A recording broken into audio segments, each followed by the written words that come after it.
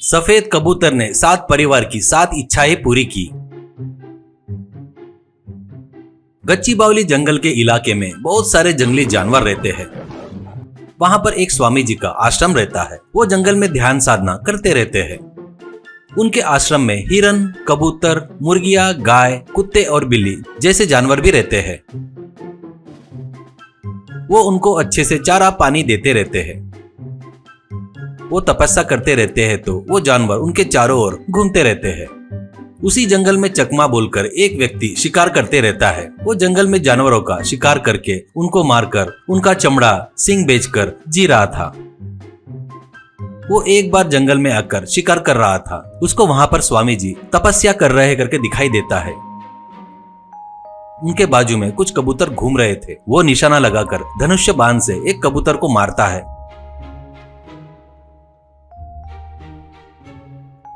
वो कबूतर वहीं के वहीं मर जाता है। इससे स्वामी जी आंखें खोलकर देखते हैं तो उनको बहुत ज्यादा गुस्सा आता है। वो तुरंत, अरे मूर्ख, मेरे कबूतर को ही मार डाला क्या? तेरे को इंसान बनकर जीने का कोई हक नहीं है। तू सफेद कबूतर में बदल जा, तब तुझे अकल आएगी करके श्राप देते हैं। चकमा एक सफेद कबूतर में बदल जाता है, बन जाता है। अरे स्वामी जी, मुझसे गलती हो गई, मुझे माफ कर दीजिए। कृपया मुझे मेरी इंसान की जिंदगी वापस दे दो। मेरे बीवी और बच्चे हैं, मैं नहीं रहूंगा तो उनको बहुत तकलीफ होगी। कृपया करके मुझे श्राप से मुक्त कर दो स्वामी जी। स्वामी जी शांत होकर, बेटा, तुम श्राप से मुक्त होना चाहते हो? तुम 7 परिवार की मदद करो और तुमको मदद करना ही होगा। वैसे किए बरोबर तुम वापिस इंसान बन जाओगे। मैं इससे ज्यादा और कुछ भी नहीं कर सकता, ऐसा कहते हैं। ऐसे चकमा उड़ते हुए एक घर पर जाकर बैठता है।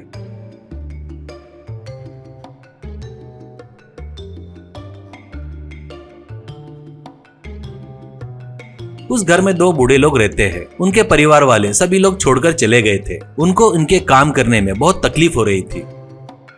उनको देखकर चकमा, अरे अरे, आप लोग को देखकर बहुत दुख हो रहा है मुझे। मैं जिंदगी भर तुम्हारे साथ तो नहीं रह सकता, पर अभी तुम लोगों को क्या चाहिए बताओ, ऐसा कहता है। बूढ़ी, हमारी दवाई खत्म हो गई है, वो ला कर दिए तो बस है हमको करके चिट्ठी देती है।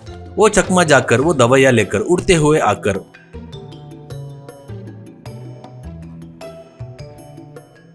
उनको देखकर उड़ते हुए चला गया।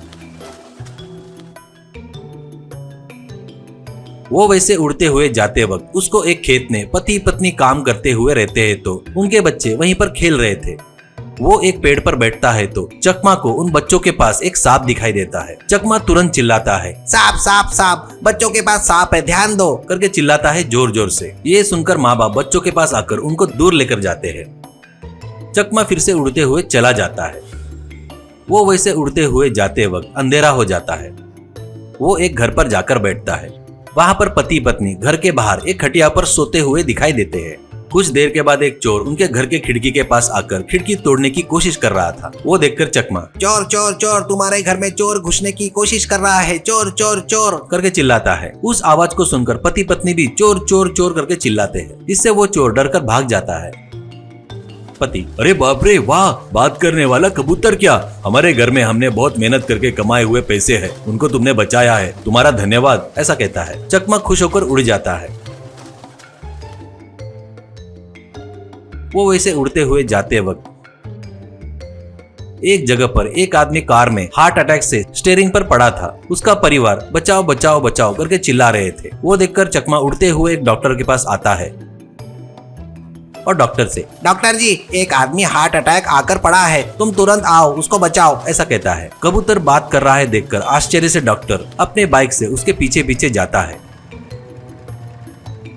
ऐसे वहां जाकर उस इंसान को इंजेक्शन देकर उसकी जान बचाता है।